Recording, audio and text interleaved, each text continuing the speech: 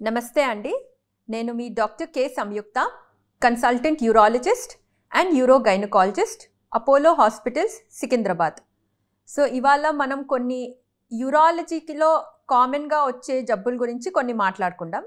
So first అన్నిట్లోకి most common అంటే సాధారణంగా మేము ఓపీలో చూసేది ఏంటి అంటే యూరినరీ ట్రాక్ట్ ఇన్ఫెక్షన్ లేదంటే మూత్రం సంబంధిత ఇన్ఫెక్షన్స్ మాట.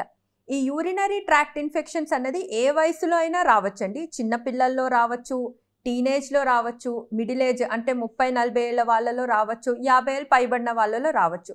ఓన్లీ రీజన్ ఏంటి అంటే ఒక్కొక్క ఏజ్ గ్రూప్లో రీజన్స్ వేరే వేరేలా ఉండొచ్చు మాట.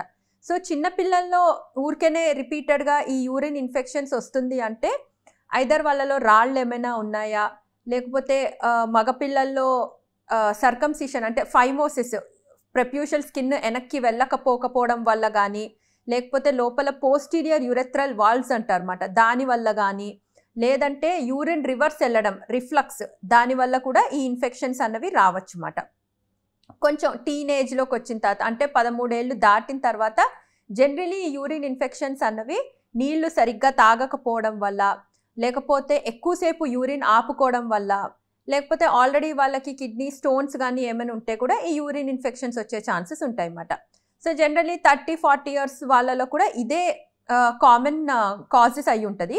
50 ఇయర్స్ పైబడిన వాళ్ళలో కూడా యూరిన్ ఇన్ఫెక్షన్స్ అన్నవి షుగర్ కంట్రోల్లో లేకపోవడం వల్ల కానీ, యూరిన్ ఎక్కువగా మిగిలిపోవడం వల్ల కానీ, మనం ముందు చెప్పుకున్న రీజన్స్ నీళ్లు సరిగ్గా తాగకపోవడం వల్ల కానీ, ఆల్రెడీ వాళ్ళకి డిటెక్ట్ కాకుండా ఉన్న కిడ్నీ స్టోన్స్ వల్ల కానీ, లేకపోతే ఫుడ్ డైట్ హ్యాబిట్స్ వల్ల కూడా ఈ యూరిన్ ఇన్ఫెక్షన్స్ రావచ్చు అన్నమాట.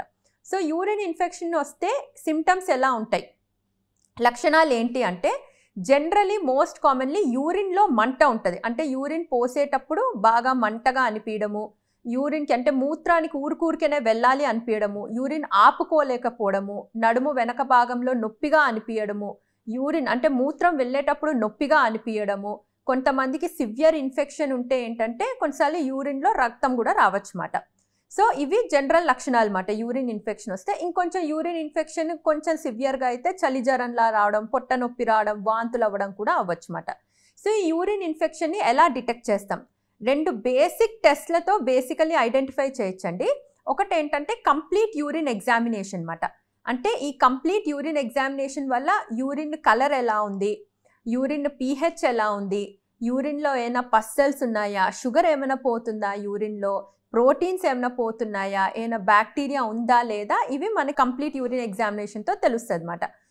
కొన్నిసార్లు యూరిన్ ఇన్ఫెక్షన్ ఉన్న వాళ్ళకి అల్ట్రాసౌండ్ కూడా చేస్తాం. ఎందుకంటే మనం ఏమైనా కిడ్నీ రాళ్ళు లాంటివి మిస్ అవుతున్నామా, వీళ్ళకి రిపీటెడ్గా యూరిన్ ఇన్ఫెక్షన్స్ ఎందుకు వస్తున్నాయి, యూరిన్ ఏమైనా మిగిలిపోతుందా, ఇవి తెలుసుకోవడానికి యూరిన్ టెస్ట్ స్కానింగ్ చేస్తాం.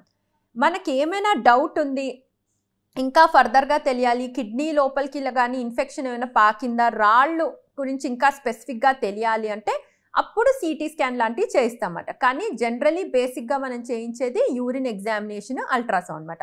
సో ఒక్కసారి మనకి యూరిన్ టెస్ట్లో కానీ యూరిన్ ఇన్ఫెక్షన్ అని తెలిసినప్పుడు యాంటీబయాటిక్స్ ఇస్తాం అన్నమాట. సో ఈ యాంటీబయాటిక్ కోర్స్ అనేది 10 నుంచి 14 రోజుల కోర్స్ ఉంటుంది. ఈ కోర్స్తో పాటు సిరప్ అంటే యూరిన్ని ఆల్కలైజ్ చేసే సిరప్, రాకుండా ఉండడానికి క్రాన్బెర్రీ డీమానోస్ లాంటి ట్యాబ్లెట్స్ ఇస్తామన్నమాట. సో జనరలీ చాలామంది పేషెంట్స్ మమ్మల్ని ఏమడుతుంటే ఒక్కసారి యూరిన్ ఇన్ఫెక్షన్ వస్తే మళ్ళీ ఈ ఇన్ఫెక్షన్ వస్తుందా మేడం అని. మనం నీళ్లు బాగా తాగుతూ యూరిన్ ఎక్కువసేపు హోల్డ్ చేసుకోకుండా మనం హెల్దీగా ఉంటూ ప్రాపర్ స్లీప్ డైట్ హ్యాబిట్స్ ఉంటే ఈ యూరిన్ ఇన్ఫెక్షన్ పదే రాకుండా ఉంటుందన్నమాట. ఏమాత్రం మన హెల్త్ని అశ్రద్ధత చేస్తే ఈ యూరిన్ ఇన్ఫెక్షన్స్ మళ్ళీ వచ్చే ఛాన్సెస్ ఉంటాయి అన్నమాట. సో యూరిన్లో ఎప్పుడైనా మంటగా అనిపిస్తే కంగారు పడకండి, ప్లీజ్ వెళ్ళి మీ దగ్గరలో ఉన్న యూరాలజిస్ట్ని కలవండి, ట్రీట్మెంట్ తీసుకోండి. Thank you.